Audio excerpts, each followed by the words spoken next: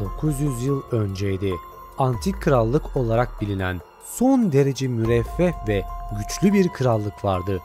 Dünyanın tüm farklı ırklarını birleştirmek ve dünya çapında mutlak özgürlüğü sağlamak istediler. Bu büyük kral D'nin en büyük arzusuydu. Aynı zamanda bu hedefe şiddetle karşı çıkan 20 kral vardı. Balık adamlarını, cücelerini, devleri ve diğer ırkları köleleştirmek ve tüm dünya üzerinde kontrol sahibi olmak istiyorlardı. Zaman hızla geçti. 100 yıl sonra antik krallık yok edildi ve 20 krallık dünya hükümetini kurdu. Kendileri de istedikleri herkesi köleleştirme ve istedikleri kişiyi öldürme hakkı da dahil olmak üzere özel statülerinin, lükslerinin tadını çıkarırken kuklalarının da dünyayı kendileri için yönetmesine izin veren dünya soyluları haline geldiler. Yani günümüz yönetimini. Videoya başlamadan önce bu emeğimin karşılığı olarak videoyu beğenebilir, yorumlarda fikirlerinizi belirtebilir veya kanalıma abone değilsen abone olabilirsin. Katıl üyelerine şükranlarımı sunar. Eğer hala Discord sunucuma gelmediysen açıklamadaki linkten gelebilirsin diyerek videoya başlayalım. Ben Masalcı Dede. Videoma ve kanalıma hoş geldiniz. Bu 100 yıl boyunca neler oldu kimse bilmiyor ve bu yüzden bu dönem boş yüzyıl olarak biliniyor. Ancak en kötüsünün yani soykırım dahil olmak üzere birçok hadisenin gerçekleştiğini tahmin etsek de dünya hükümeti tarihin bu dönemini incelememesi için yasakladı. Ki bu da zamanının hiçbir kaydı olmadığı göz önüne alındığında ne kadar kötü şeylerin yaşandığının kanıtıydı. Bununla birlikte antik krallık yok edilmeden önce kendi çöküşlerini öngörmüşlerdi. Bu nedenle poneglyfler adı verilen 30 kübik monolit yok edilemez taş yarattılar. Bu yazıtlar sayesinde kayıp olarak bilinen 100 yılda neler olduğunu, özgürlük ve eşitlik ideallerini eski dillerinde açıklayan yazıları içeren ve bir gün birisinin bu yok olmaya yüz tutmuş antik dillerini okuyabileceğini umarak onları dünyanın dört bir yanına sakladılar. Antik uygarlık bu bulmacasını ise şu cümleler ile açıklamıştı. Bulmacayı bir araya getirin ve bu dünyanın gerçeğini keşfedin ve dünya hükümetini devirin. Böylece antik krallığın iradesini bir kez ve herkes için yerine getirebileceksiniz. Günümüze gelecek olursak bundan 20 yıl önce Roger adında bir korsan tüm poneglyfleri tercüme etmiş ve boş yüzyılın sırlarını ortaya çıkartmıştı. Ancak tedavi edilemez bir hastalığa yakalanmıştı ve bu yüzden yakında ölecekti. Bu nedenle de antik krallığın yeni atalarının iradesini yerine getiremeyecekti. Kendisi bilerek deniz piyadelerine teslim ederek idam edilmeden hemen önce idam kalabalığına dünyanın herhangi bir yerinde tek parça adı verilen büyük, efsanevi bir hazinenin var olduğunu ilan etti.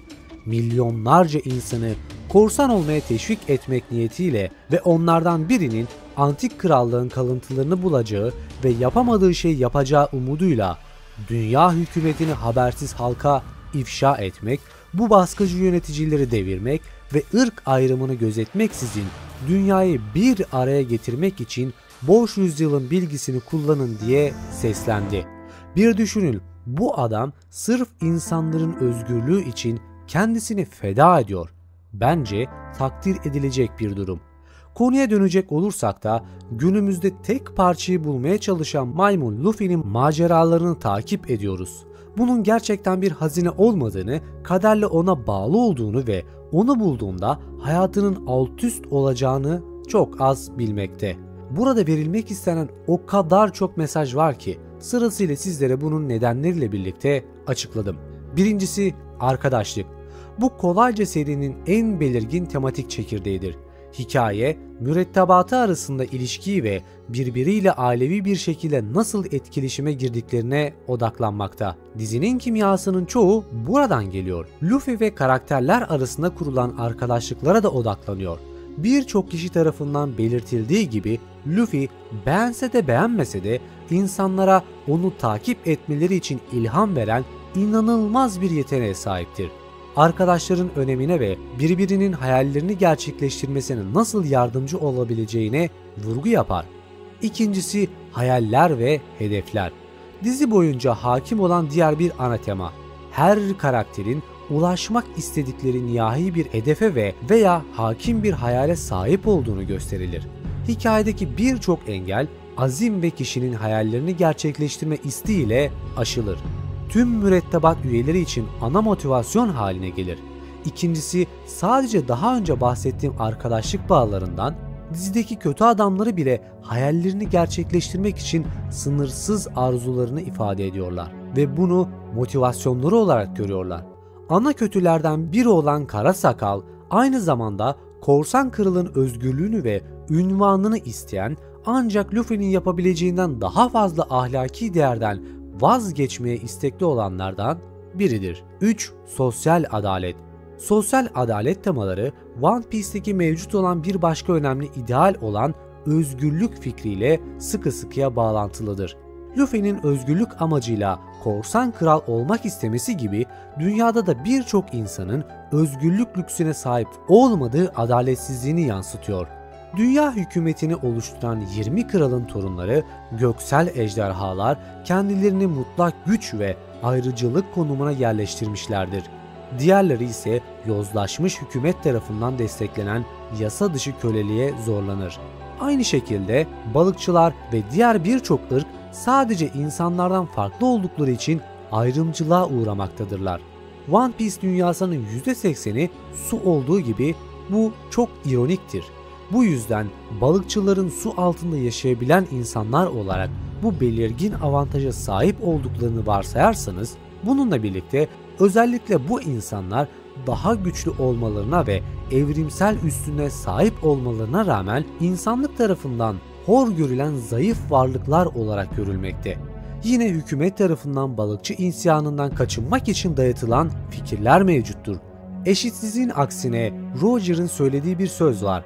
Her şeyin sesi, insanların ve yaratıkların kalplerini duyabilmek ve bu nedenle onlarla büyük ölçüde empati kurabilmektir. Bu yetenek sosyal yapıyı görmezden gelmeye ve insanları kalplerinin sesine göre yargılamaya devam eden Luffy tarafından miras alınmıştır. 4. Kimliğin önemi. Başka bir temel kavram, geçmişin bilgisinin ilerici bir gelecek için gerekli olduğu fikridir.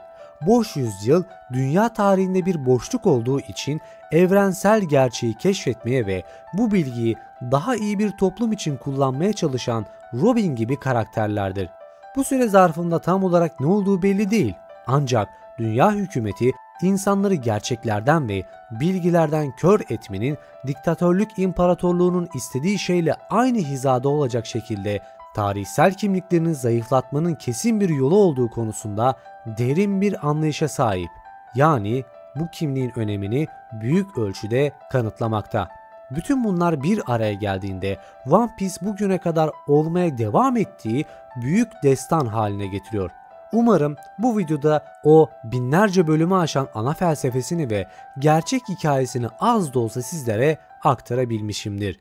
Belki de bu destansı maceraya başlamanız için de size bir ilham vermiştir. Tabii ömrünüz yeterse. Bir geliye bir gideyim. Bir geliye bir gideyim. Eğer buraya kadar izlediysen videoyu beğenmişsin demektir. Kanalıma abone olabilir, videoyu beğenebilir ve yorumlarda fikirlerini belirtebilirsin. Bir sonraki videoda görüşmek üzere. Kendinize iyi bakın, hoşça kalın.